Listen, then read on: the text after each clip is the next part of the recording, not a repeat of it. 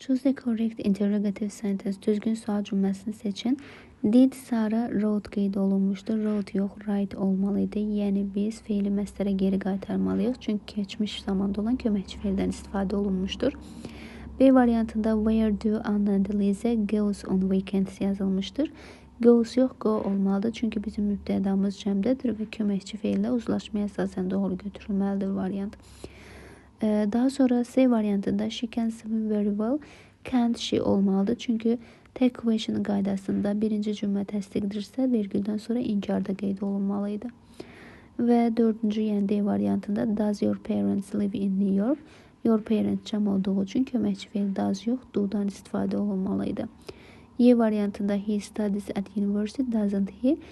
Cümləmiz tek question'a aiddir. Studies üçüncü şəxsin tək indiki zaman olduğu üçün birinci cümlə təsdiqdir deyə vergüldən sonra inkar və köməkçi feil does notdan istifadə edilməsini doğru götürmüş olacağıq.